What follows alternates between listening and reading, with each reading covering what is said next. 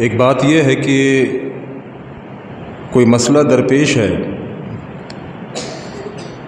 اور جو مسئلہ درپیش ہے اس مسئلے کے اوپر حدیث رسول تو موجود ہے لیکن میرے علم میں نہیں ہے، کیونکہ انسان کا علم ناقص ہوا کرتا ہے، کمزور ہوا کرتا ہے، محدود ہوا کرتا ہے۔ اور ایک بات یہ ہے کہ مسئلہ درپیش ہے لیکن اس مسئلے پر حدیث رسول ہی نہیں، دونوں ایک جدا چیز ہیں، ایک جدا فکر ہے۔ اگر جو مسئلہ درپیش ہے اس مسئلے کے اوپر حدیث رسول میرے علم میں نہیں، یہ میری خطا ہے، میری غلطی ہے۔ ابو موسیٰ اشعری رضی اللہ تعالیٰ عنہ نبی علیہ الصلوۃ والسلام کے صحابی ہیں۔ ایک سائل ان کے پاس آیا اور آ کر ایک سوال کیا، بلکہ مسئلہ دریافت کیا۔ مسئلہ یہ تھا کہ ایک شخص فوت ہو گیا ہے اور فوت ہونے والا شخص جو اس کی وراثت کی تقسیم کرنی ہے، اس کی تقسیم کے اندر 3 لوگ ہیں، ایک اس کی بیٹی، ایک اس کی پوتی اور ایک اس کی بہن۔ اب سائل نے ابو موسیٰ اشعری رضی اللہ تعالیٰ عنہ سے سوال کیا کہ وراثت کی تقسیم کس طرح کی جائے۔ ابو موسیٰ اشعری رضی اللہ تعالیٰ عنہ جو کہ صحابی رسول ہیں، انہوں نے کہا کہ دیکھو بات یہ ہے، جو مسئلہ آپ مجھ سے پوچھنے آئے ہیں اس مسئلے کے اوپر اس وقت حدیث رسول میرے علم میں نہیں ہے، میرے ذہن میں نہیں ہے، کیونکہ انسان ہے نا، انسان کا علم محدود ہوتا ہے۔ ضروری نہیں کہ کسی بھی مسئلے کے اوپر کوئی بھی حدیث ہر وقت ہر شخص کے علم کے اندر موجود ہو، بعض دفعہ نکل جاتی ہے۔ بڑے سے بڑا عالم ہو، بڑے سے بڑا شیخ الحدیث ہو، وہ کہتا ہے کہ یار یہ مسئلہ میں دیکھ کے آپ کو بتاؤں گا۔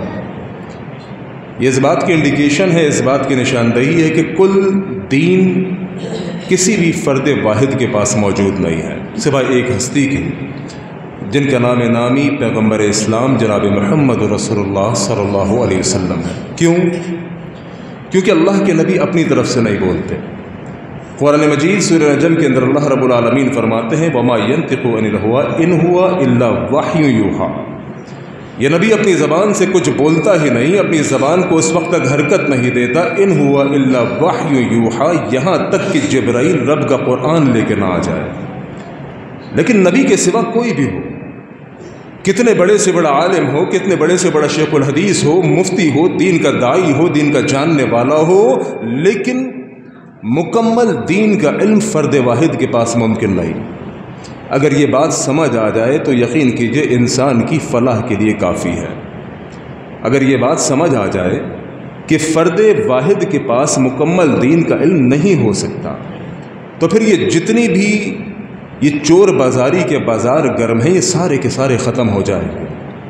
ابو موسیٰ اشعری رضی اللہ تعالیٰ عنہ نے سائل کو کہا کہ دیکھو جو مسئلہ تم مجھ سے پوچھنے آئے ہو اس وقت اس مسئلے پر حدیث رسول میرے علم میں نہیں ہے، لیکن میں اپنی دانش سے تم کو ایک مسئلہ بتا دیتا ہوں، اور وہ مسئلہ جا کے تم ہم میں بڑے ہیں عبداللہ بن مسعود رضی اللہ تعالیٰ عنہ، اس مسئلے کی کنفرمیشن لے لینا، اس مسئلے کی تصدیق جا کے کر لینا عبداللہ بن مسعود رضی اللہ تعالیٰ عنہ سے۔ ابو موسیٰ اشعری رضی اللہ تعالیٰ عنہ نے جو مسئلہ ان کو سمجھ میں آیا وہ مسئلہ سائل کو بتا دیا، لیکن ساتھ میں اس کو کہا کہ عبداللہ بن مسعود سے جا کے مسئلہ پوچھ لینا، کنفرم کر لینا میرے فتوے کو۔ اب وہ سائل عبداللہ بن مسعود رضی اللہ تعالیٰ عنہ کے پاس گیا اور جا کر کہا کہ بھائی مسئلہ یہ درپیش ہے، اور اس مسئلے کے اوپر میں ابو موسیٰ اشعری رضی اللہ تعالیٰ عنہ کے پاس بھی گیا، لیکن ابو موسیٰ اشعری نے یہ کہہ دیا کہ یہ مسئلہ جو تمہیں درپیش ہے وراثت کی تقسیم کا، اس وقت حدیث رسول میرے علم میں نہیں، لہٰذا میں اپنی دانش سے مسئلہ بتا رہا ہوں، لیکن کنفرم تصدیق تحقیق عبداللہ بن مسعود سے کر لینا۔ اب وہ سائل عبداللہ بن مسعود کے پاس آیا، عبداللہ بن مسعود رضی اللہ تعالیٰ عنہ فرمانے لگے کہ یہ جو مسئلہ آپ کو درپیش ہے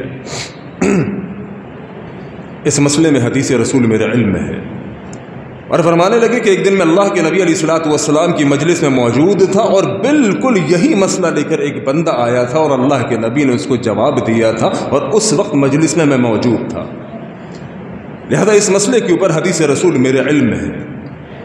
اور ساتھ فرمایا کہ ابو موسیٰ اشعری رضی اللہ تعالیٰ عنہ نے جو اپنی دانش سے آپ کو مسئلہ بیان کیا وہ مسئلہ غلط ہے، ابو موسیٰ سے غلطی ہو گئی، چونکہ ابو موسیٰ اشعری رضی اللہ تعالیٰ عنہ کے پاس اس وقت حدیث رسول موجود نہیں تھی اور اس بات کا انہوں نے اعتراف کیا تھا۔ اچھا، اب یہاں پر ایک جملہ کمال کا ہے جو عبداللہ بن مسعود نے فرمایا۔ عبداللہ بن مسعود رضی اللہ تعالیٰ عنہ فرمانے لگے کہ حدیث رسول سامنے ہونے کے باوجود ابو موسیٰ اشعری کے پاس حدیث رسول نہیں تھی اور انہوں نے صاف اس بات کا برملا اظہار کیا کہ حدیث رسول اس مسئلے میں میرے پاس موجود نہیں، میں اپنی دانش سے مسئلہ بتا رہا ہوں اور میرے فتوے کی تصدیق جا کے کر لینا عبداللہ بن مسعود سے۔ اب جب عبداللہ بن مسعود رضی اللہ تعالیٰ عنہ نے حدیث کے لحاظ سے مسئلہ بتایا تو ساتھ ایک بات کہی کہ دیکھو اگر میں بھی وہی فتویٰ دیتا جو ابو موسیٰ اشعری نے دیا ہے، یعنی ابو موسیٰ کی تقلید کرتے ہوئے، اگر میں بھی وہی مسئلہ تمہیں بتا دیتا جو ابو موسیٰ اشعری رضی اللہ تعالیٰ عنہ نے بتایا ہے تو میری گمراہی کے لیے کافی ہوتا۔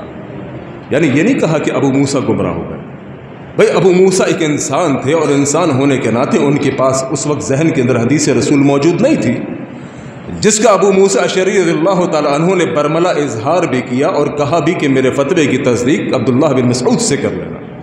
اب عبداللہ بن مسعود فرماتے ہیں کہ اس مسئلے میں میرے پاس حدیث رسول موجود ہے، لیکن اگر میں بھی وہی فتویٰ دے دیتا جو ابو موسیٰ اشعری نے دیا تو میں عبداللہ بن مسعود گمراہ ہو جاتا، یہ نہیں کہا کہ ابو موسیٰ گمراہ ہوئے۔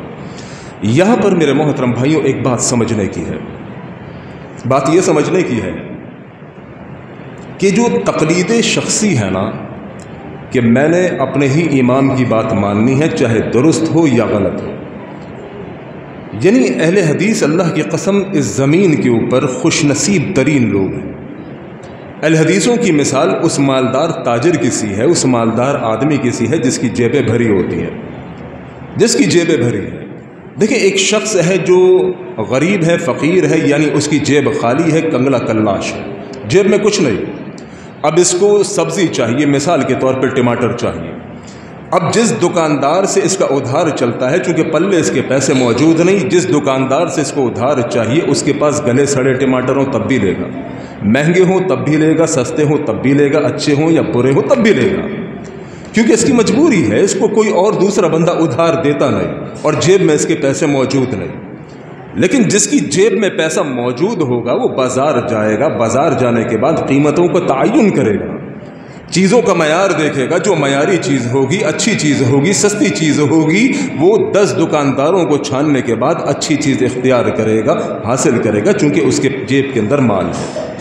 اہل حدیثوں کی مثال یہی ہے کہ ان کی جیبوں کے اندر مال موجود ہے، ان کے دل کے اندر کتاب و سنت کی تڑپ موجود ہے، یہ ہر مسئلے کے اوپر تحقیق کرتے ہیں، تصدیق کرتے ہیں، اپنے مولوی سے بھی جا کے دلیل کی بنیاد پر بات کرتے ہیں۔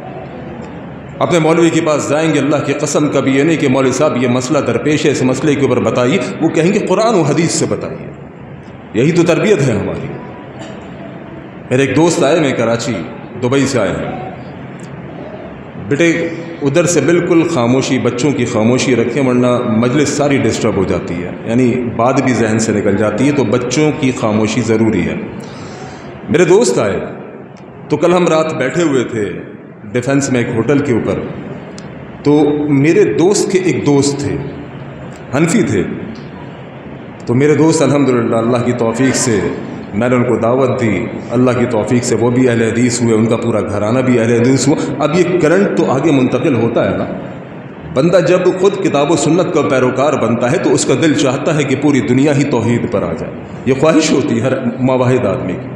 اب وہاں پر ہماری ڈسکشن شروع ہوئی تو وہ جو دوسرا بندہ تھا جو حنفی تھا، اس نے کچھ سوالات کیے اور سوالات کے اوپر اس نے کہا کہ مجھے اس کا جواب چاہیے۔ اچھا، میں نے جوابات کتاب و سنت کی روشنی میں دینا شروع کی جو میرے علم میں تھا۔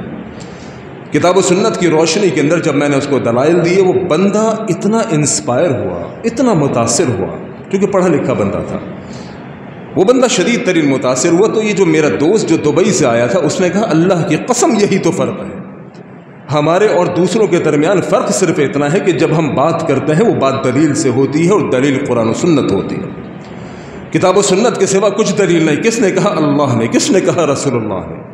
وہ کہاں لکھا ہے؟ قرآن کی فلاں آیت میں موجود ہے، کہاں لکھا ہے؟ حدیث میں موجود ہے، سند کیا ہے؟ یہ موجود ہے۔ تمام کی تمام باتیں وہ کتاب و سنت سے ثابت شدہ ہوتی ہیں۔ ہمارے پاس یہ سلسلہ ہی نہیں، اللہ کی قسم، کہ خوابوں میں دین آیا ہے، فلاں نے خواب دیکھا، فلاں نے بات کہی، فلاں کون، کوئی کچھ نہیں معلوم۔ ابھی انتہائی افسوسناک واقعہ ہوا ہے۔ مولانا طارق جمیل صاحب کا بیٹا، اس نے اپنے آپ کو خودکشی کی، اپنی جان لی۔ بہرحال یہ ایک الگ مسئلہ ہے، ٹھیک ہے، اس کے معاملات اللہ کے سپرد ہیں، اللہ کے ذمہ ہے۔ لیکن مولانا کا ایک بیان میں سن رہا تھا، ان کی اصل میں جو دین ہے، جب دین خوابوں پر دار و مدار ہوتا ہے تو پھر کوئی بھی کچھ بھی خواب دیکھ لے اور وہ خواب دین بن جائے گا، حالانکہ خواب دین نہیں ہے۔ مولانا فرمانے لگے کہ پشاور سے ایک مولوی صاحب کا فون میرے پاس آیا اور ان مولوی صاحب نے کہا کہ مولانا آپ کے بیٹے کو ہم نے جنت کے اندر اللہ کے نبی علیہ الصلوۃ والسلام کے ساتھ دیکھا ہے۔ یعنی جب یہ دین خوابوں کے اوپر آ جاتا ہے میرے محترم بھائیوں، پھر اس دین کی اصل ختم ہو جاتی ہے۔ یہ دین خوابوں کے اوپر نہیں ہے، دین خالص کتاب و سنت کے اوپر ہے، جو بات رب الرحمن کے قرآن میں موجود ہوگی، مصطفیٰ علیہ الصلوۃ والسلام کے فرمان میں موجود ہوگی۔ اللہ کی قسم وہ دین ہے اور اس کے سوا کچھ دین نہیں۔ آپ کے پاس دو ہی تو چیزیں ہیں، تیسری تو کوئی چیز نہیں۔ الحدیث کے دو اصول، اطیع اللہ و اطیع الرسول، تیسری کوئی چیز ہمارے دامن میں کبھی تھی ہی نہیں۔ لہذا ہماری خوش نصیبی یہ ہے کہ ہماری جیب میں مال ہے اور اس مال کی وجہ سے ہم چیزوں کو پرکھتے ہیں۔ ہم لوگوں سے، علماء اکرام سے سوال ضرور کرتے ہیں، لیکن وہ سوال دلیل کی بنیاد پر ہوتا ہے، وہ سوال دلیل کی بنیاد پر ہوتا ہے۔ رب نے سوال کرنے کا حکم ضرور دیا ہے، فاسألوا اہل الذکر ان کنتم لا تعلمون۔ جس مسئلے میں تم لا علم ہو، تمہارے پاس علم نہیں، تم جا کے پوچھو علماء اکرام سے، لیکن دین کی بنیاد پر، دلیل کی بنیاد پر، اور دلیل کتاب و سنت ہے۔ دیکھیں میرے نبی علیہ الصلوۃ والسلام، موطا امام مالک کے اندر حدیث بھی موجود ہے، اللہ کے نبی علیہ الصلوۃ والسلام کا بالکل آخری وقت تھا، یعنی اللہ کے نبی کی وصیت بھی ہے اور اللہ کے نبی کی نصیحت بھی ہے۔ میرے نبی علیہ الصلوۃ والسلام کی زندگی کے آخری لمحات اللہ کے نبی علیہ الصلوۃ والسلام نے اپنی امت کو ایک نصیحت اور وصیت فرمائی ہے۔ فرمایا ترکت فیکم امرین، لوگوں میں اپنے بعد تمہارے درمیان دو چیزیں چھوڑ کر جا رہا ہوں، لن تضلوا، تم ہرگز گمراہ نہ ہونے پاؤ گے، ما تمسکتم بہما کتاب اللہ و سنتی، جب تک تم چمٹے رہو گے، تمسک اختیار رکھو گے، تم قرآن و حدیث سے تمہیں کوئی گمراہ نہیں کر سکتا۔ اس کو ذرا سا الٹ کے سمجھ لیجیے، اگر آپ قرآن و سنت کو چھوڑیں گے، قرآن و حدیث سے نکلیں گے، تو پھر یقیناً ہماری گمراہی کے لیے وہ بات کافی ہوگی۔ جب تک آپ چمٹے رہو گے قرآن و حدیث سے، آپ کبھی بھی گمراہ نہیں ہو سکتے۔ کس نے کہا؟ رب نے کہا۔ کس نے کہا؟ مصطفیٰ نے کہا۔ اللہ کی قسم کبھی گمراہ نہیں ہوگا۔ تو یہ بات جو میں نے آپ کے سامنے عرض کی کہ عبداللہ بن مسعود رضی اللہ تعالیٰ عنہ فرمانے لگے کہ اگر یہی فتویٰ میں بھی دے دیتا جو ابو موسیٰ اشعری نے دیا تو میری گمراہی کے لیے کافی ہوتا، کیونکہ میرے سامنے قرآن و حدیث کے انبار موجود، میرے سامنے اللہ کے نبی کا فرمان موجود، اور اللہ کے نبی کے فرمان کی موجودگی میں کسی اور کا فتویٰ نقل کرتا جو کہ خلاف سنت ہوتا۔ آج معاشرے میں کیا ہو رہا ہے؟ آج معاشرے میں تباہی کی وجہ ہی اللہ کی قسم یہ ہے کہ ہم تقلید جیسی چیز کی لپیٹ کے اندر ہیں۔ ہمارا معاشرہ اس اندھی تقلید کے پیچھے چلا جا رہا ہے کہ کسی کو کچھ نہیں معلوم۔ ابھی ہم راستے سے آ رہے تھے، سیون کا مزار پڑا، کبھی نہیں گئے، اتفاق نہیں ہوا، راستے میں بات اس کے متعلق ہونا شروع ہوئی، وہاں کے حالات معلوم چلے کہ یار وہاں پہ لوگ کون ہیں؟ کلمہ پڑھنے والے ہیں۔ نام کیا ہے بھائی؟ عبداللہ۔ نام کیا ہے؟ عبد الرحمن۔ کلمہ کس کا پڑھتا ہے؟ محمد کا صلی اللہ علیہ وسلم، لیکن اپنی جبین نیاز غیروں کے آستانوں پہ جا کے جھکاتا ہے۔ بتانے لگے کہ وہاں پہ جناب دھمال بھی ہوتا ہے، وہاں پہ قبروں کو سجدہ بھی ہوتا ہے۔ میں نے کہا اللہ کی قسم یہ مسلمان؟ عالم تو یہی کہا ہے نا کہ کرے اگر غیر بت کی پوجا تو کافر، جو ٹھہرائے بیٹا خدا کا تو کافر۔ یعنی تیرا نام عبداللہ عبد الرحمن ہے، اب تو جو چاہے کرے، تجھ سے کوئی کچھ پوچھنے والا نہیں۔ وہ جناب اس کا کیا جرم ہے؟ اس کا نام منموہن ہے، یہ جرم ہے اس کا۔ وہ ہندو ہے، اس کا نام منموہن ہے، اور وہ اپنے بھگوان کے آگے یوں ہاتھ جوڑ کر کھڑا ہوتا ہے اور اپنے بھگوان کے آگے اپنی پیشانی کو جھکاتا ہے۔ یہ جرم ہے اس کا کہ وہ ہندو ہے، اور تو خوش نصیب ہے کہ تو مسلمان ہے۔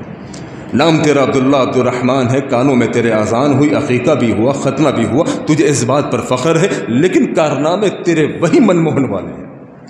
جو ایک ہندو کر رہا ہے وہ کھڑے کی پوجا کرتا ہے، تو پڑے کی پوجا کرتا ہے، اس کے سوا کوئی فرق نہیں۔ علی نے کہا کہ کرے گر غیر بت کی پوجا تو کافر، جو ٹھہرائے بیٹا خدا کا تو کافر، کہے آگ کو اپنا قبلہ تو کافر، کواکب میں مانے کرشمہ تو کافر، مگر مومنوں پر کشادہ ہے راہیں، پرستش کریں شوق سے جس کی چاہیں، نبی کو جو چاہے خدا کر دکھائیں، اماموں کا رتبہ نبی سے بڑھائیں، مزاروں پہ جا جا کے نظریں چڑھائیں، شہیدوں سے جا جا کے مانگے دعائیں، نہ توحید میں کچھ خلل اس سے آئے، نہ دین بگڑے نہ ایمان جائے۔ مزے کرو، اپنا نام عبداللہ عبدالرحمن رکھنے کے بعد، اپنی پہچان اسلام بنانے کے بعد تو جو چاہے کر، تجھے کوئی پوچھنے والا نہیں۔ اللہ کی قسم، دین منمانا دین نہیں ہے، یہ دین کتاب و سنت کا نام ہے، دین قرآن و حدیث کا نام ہے۔ جو بات قرآن و حدیث میں موجود ہوگی ہمارے سر آنکھوں کے اوپر ہوگی، اور اللہ کی قسم قرآن و حدیث کے علاوہ کسی کی بھی کوئی بات اللہ کے نبی کے خلاف، رب رحمان کی کتاب کے خلاف ہوگی، اللہ کی قسم وہ ہمارے لیے قابل حجت نہیں ہو سکتی، کسی کی بھی ہو۔ لوگ مثال کے طور پہ ہمیں دیتے ہیں کہ تمہارے فلاں نے، تمہارے بڑے نے یہ کہا، تمہارے بڑے نے یہ کہا، وہ اللہ کی قسم ہمارے بڑے امام الانبیاء ہیں، ہمارے بڑے امام اعظم جناب محمد رسول اللہ صلی اللہ علیہ وسلم۔ ہمارے نزدیک یہ باتیں نہیں چل سکتی کہ تمہارے بڑوں نے کہا، وہ بھئی ہمارا بڑا کون ہے؟ ہمارا بڑا اللہ کا نبی ہے، اور اللہ کے نبی کی بات کبھی غلط نہیں ہو سکتی۔ اسی لیے رب رحمان نے نبی علیہ الصلوۃ والسلام کی زندگی کو رہتی دنیا تک کے لیے ماڈل، ایگزامپل اور نمونہ بنایا ہے۔ فرمایا لقد کان لکم فی رسول اللہ اسوۃ حسنہ، لوگوں تمہارے لیے ماڈل، ایگزامپل، نمونہ اگر کوئی ہے تو وہ میرا محمد صلی اللہ علیہ وسلم، اس کے علاوہ کوئی آئیڈیل ماڈل ہو ہی نہیں سکتا۔ رب رحمان نے قرآن مجید کے اندر فرمایا وما آتاکم الرسول فخذوہ وما نہاکم عنہ فانتہوا، لوگوں جو تمہیں اللہ کا نبی دے دے وہ لے لو، جس چیز سے نبی روک دے اس چیز سے رک جاؤ، کیونکہ یہی دین ہے۔ یہ ڈو، یہ ڈونٹس، یہ کرنا، یہ نہیں کرنا، یہ کون بتائے گا؟ یہ میرا نبی بتائے گا۔